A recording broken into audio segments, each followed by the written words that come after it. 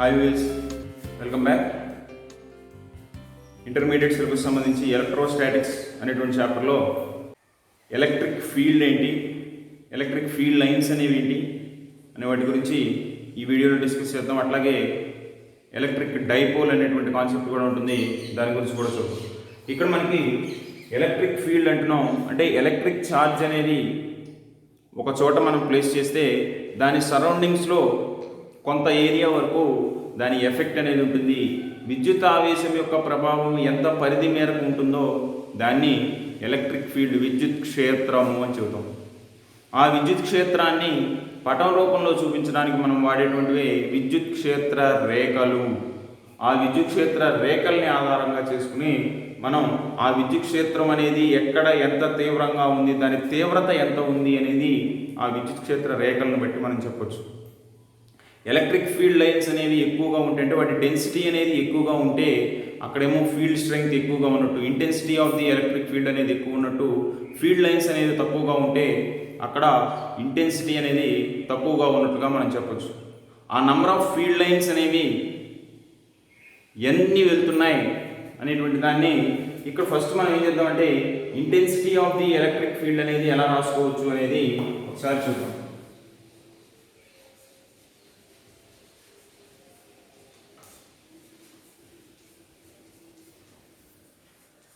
Intensity of electric field, విద్యుత్ క్షేత్ర తీవ్రత, దీన్ని మనం ఈ అనేటువంటి లెటర్తో రిప్రజెంట్ చేస్తాం.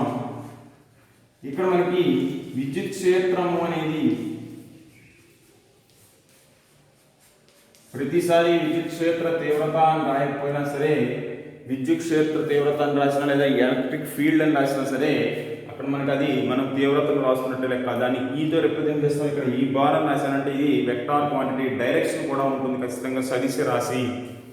ఈ విద్యుత్ క్షేత్ర తీవ్రతని ఎలా డిఫైన్ చేస్తాము అంటే మనకి కూలూమ్స్ లాని బేస్ చేసుకుని the electrostatic force of attraction or repulsion between the any two forces, any two charges is directly proportional to the product of the charges and inversely proportional to the square of the distance between them అని చెప్తాం. ఏవైనా సరే రెండు ఆవేశాల మధ్య పనిచేసేటువంటి స్థిర విద్యుత్ ఆకర్షణ లేదా వికర్షణ బలం అనేది ఆ రెండు ఆవేశాల లబ్ధానికి అనులోమానుపాతంలోనూ వాటి మధ్య దూర వర్గానికి విలోమానుపాతంలోనూ ఉంటుంది అన్నాం. దాన్ని బేస్ చేసుకుని మనం ఇక్కడ intensity of the electric field అనేది డిఫైన్ చేస్తాం. విద్యుత్ క్షేత్ర తీవ్రతని మనం రాసుకుంటాం కూలుంబ్ విలోమ వర్గ నియమం నుంచి. ఎలాగూ అంటే అక్కడ రెండు ఆవేశాలు Q1 Q2 అని తీసుకుంటాం. ఇక్కడికి వచ్చేసరికి Q అనేటువంటి ఒక ఆవేశాన్ని తీసుకుంటే దీని చుట్టూ ఎలక్ట్రిక్ ఫీల్డ్ అనేది ఉంటుంది.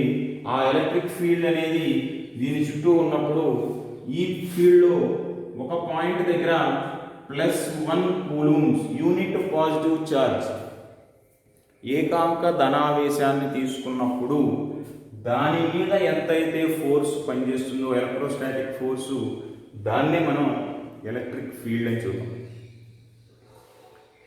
విద్యుత్ క్షేత్రంలో ఏకాంక ధనావేశముపై పనిచేసేటువంటి విద్యుత్ ఆకర్షణ బలము లేదా వికర్షణ బలము, స్థిర విద్యుత్ బలాన్ని విద్యుత్ క్షేత్ర తీవ్రత అని చెబుతాము. The electrostatic force acts on the unit positive charge in an electric field is called as intensity of the electric field. It is represented by the letter E. It is a vector quantity. It should have direction, so it is represented as E bar. Electric ఫీల్డ్లో ఏదైనా సరే ఒక బిందువు వద్ద, విద్యుత్ క్షేత్రంలో ఒక బిందువు వద్ద ఉంచినటువంటి ఏకాంక ధనావేశం మీద ఎంతైతే స్థిర విద్యుత్ బలం పనిచేస్తుందో దాన్ని ఆ బిందువు వద్ద విద్యుత్ క్షేత్ర తీవ్రత అంటాం. అంటే ఇక్కడ మనకి ఈ దూరంలో విద్యుత్ క్షేత్రము అనేది ఎంత ఉన్నా సరే ఆ బిందువులో ఉండేటువంటి, అంటే ఆవేశం నుంచి అంతే దూరంలో ఉండేటువంటి ప్రతి బిందువు వద్ద కూడా విద్యుత్ క్షేత్ర తీవ్రత అనేది ఒకే రకంగా ఉంటుంది. దీనికి ఫార్ములా ఏం రాస్తామంటే E = 1/4πε0 Q/r² అని రాస్తాం. అంటే Q అంటేనేమో ఏ ఛార్జ్ అయితే ఫీల్డ్ని మనకి జనరేట్ చేసిందో, ఏ ఆవేశం వల్ల విద్యుత్ క్షేత్రం ఏర్పడిందో ఆ ఆవేశాన్ని Q అని తీసుకుంటాం. R అనేది ఏంటంటే ఎంత దూరంలో ఉన్నటువంటి బిందువుల వద్ద మనం విద్యుత్ క్షేత్ర తీవ్రతను లెక్కిస్తున్నామో the distance between the point where we measuring the electric field intensity and the charge. ఛార్జ్కి మనం ఏ పాయింట్ దగ్గర అయితే ఎలక్ట్రిక్ ఫీల్డ్ ఇంటెన్సిటీని మనం మెజర్ చేయదలుచుకున్నామో ఆ పాయింట్కి మధ్య ఉండేటువంటి డిస్టెన్స్ని ఆర్ అని తీసుకుంటాం. ఈ ఫార్ములాని బేస్ చేసుకుని మనం ఎలక్ట్రిక్ ఫీల్డ్ని అదే ఇంటెన్సిటీ ఆఫ్ ది ఎలక్ట్రిక్ ఫీల్డ్ని క్యాలిక్యులేట్ చేస్తాం.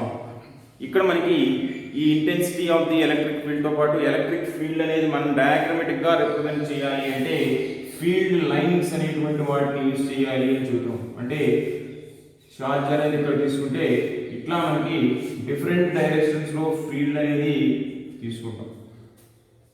ఇలా ఫీల్డ్ని మనం తీసుకున్నప్పుడు యూనిట్ సర్ఫేస్ ఏరియా అంటే ఆ ఫీల్డ్కి పర్పెండిక్యులర్ డైరెక్షన్లో యూనిట్ సర్ఫేస్ ఏరియా తీసుకుంటే అంటే ఒక ఛార్జీ ఈ సర్ఫేస్ మీద ఉంటే దీనికి పర్పెండిక్యులర్ డైరెక్షన్లో మనం లేకపోతే ఈ డైరెక్షన్లో ఛార్జ్ ఫీల్డ్ అనేది ఈ డైరెక్షన్లో ఉంటే దానికి పర్పెండిక్యులర్ డైరెక్షన్లో మనం ఒక యూనిట్ సర్ఫేస్ ఏరియాని కానీ తీసుకుంటే దాంట్లో నుంచి పాస్ అయ్యేటువంటి field lines number of field lines passing through the unit surface area perpendicular to the direction of electric field is called as electric flux.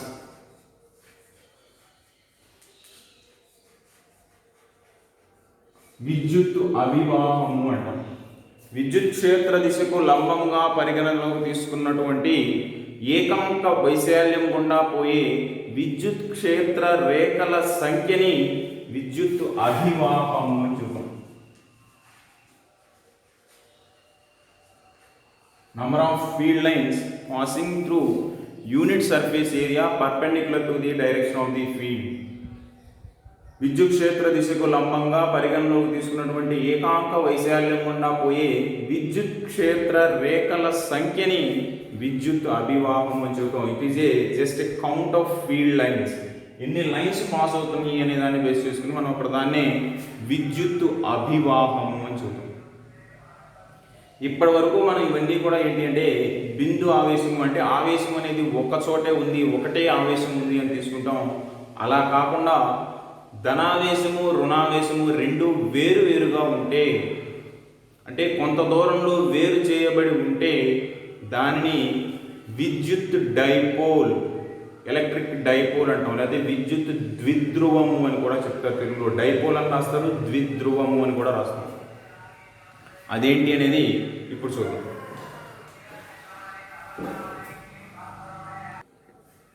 Electric dipole విద్యుత్ ద్విధ్రువము. ఇందులో ఏంటి అంటే టూ ఛార్జెస్, ఈ టూ ఛార్జెస్ కూడా రెండు ఆవేశాలు కూడా ఎలా ఉన్నాయి అంటే ఈక్వల్ అండ్ ఆపోజిట్. రెండు కూడా క్వాంటిటీ సేమ్గానే ఉంది, పరిమాణం సేమ్గానే ఉంది, పొలారిటీ ధ్రువణత మాత్రమే తేడా ఉంది, ఒకటి ప్లస్ ఒకటి మైనస్. ఆ రెండు ఛార్జెస్ ఇలా కొంత డిస్టెన్స్లో సపరేట్ చేయబడి ఉంటే కొంత దూరంలో వేరు చేయబడి ఉంటే దాన్ని విద్యుత్ ద్విధ్రువము ఎలక్ట్రిక్ డైపోల్ అని చెబుతాం. Two charges separated by A certain distance is called electric dipole. అక్కడ ఆ ఛార్జెస్ ఎలాంటివి అనేది కూడా మనం మెన్షన్ చేయాలి. Two equal and opposite charges separated by a distance of 2a it is called electric dipole. రెండు సమాన మరియు వ్యతిరేక ఆవేశాలు 2a దూరంలో వేరు చేయబడి ఉంటే దానిని విద్యుత్ ద్విధ్రువము అంటాము. ఇక్కడ చూడండి, డిస్టెన్స్ మొత్తాన్ని 2aతోనే రాస్తున్నాం. మన ప్రాబ్లమ్స్లోకి వచ్చేసరికి కన్ఫ్యూజ్ అవుతాం. ఏని మాత్రమే తీసుకుంటాం డిస్టెన్స్ అంటే. ఇక్కడ డిస్టెన్స్ రెండింటి డిస్టెన్స్ కూడా ఖచ్చితంగా 2a అనేది మొత్తము కూడా దూరం కిందే లెక్కేసుకోవాలి. Distance between the two charges, ఆ రెండు ఆవేశాల మధ్య ఉండేటువంటి దూరం మొత్తాన్ని 2a అని చెప్తాం.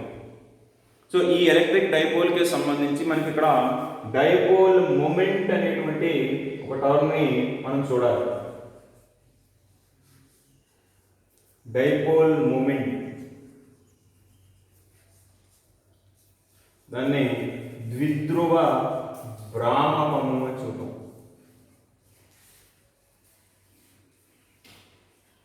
డైపోల్ మూమెంట్ ద్విధ్రువ భ్రామకము అంటాం.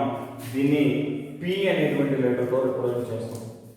P అనేది ఎలా క్యాలిక్యులేట్ చేస్తాము అంటే product of the distance between the charges and the charge. అంటే దీన్ని ఎలా రాసుకోవచ్చు సింపుల్గా అంటే 2a3. 2a అనేదేమో length of the dipole. Distance between the charges ని లెంగ్త్ ఆఫ్ ది డైపోల్ అంటాం. ద్విధ్రువం యొక్క పొడవు ఇంటూ ఆవేశము. ద్విధ్రువం పొడవు మరియు ఆవేశముల లబ్ధాన్ని ద్విధ్రువ భ్రామకము అని చెప్తాము. The product of length of the dipole and the charge is called dipole moment. దాన్ని P అనేటువంటి లెటర్తో మనం రిప్రజెంట్ చేస్తాం. ఇది డైపోల్ మూమెంట్, ద్విధ్రువ భ్రామకము అనేది. ఇంతకుముందు మనం ఎలక్ట్రిక్ ఫీల్డ్కి ఎలా అయితే ఎక్స్ప్రెషన్ రాసామో అట్లాగే అక్కడేమో సింగిల్ ఛార్జ్ని మాత్రమే తీసుకున్నాం. ఇక్కడ డైపోల్ని మనం తీసుకున్నప్పుడు దానికి సంబంధించి ఎలక్ట్రిక్ ఫీల్డ్ అనేది ఎలా ఉంటుంది అనేది కూడా మనం ఎలక్ట్రిక్ ఫీల్డ్కి ఎక్స్ప్రెషన్స్ని డెరైవ్ చేయాలి.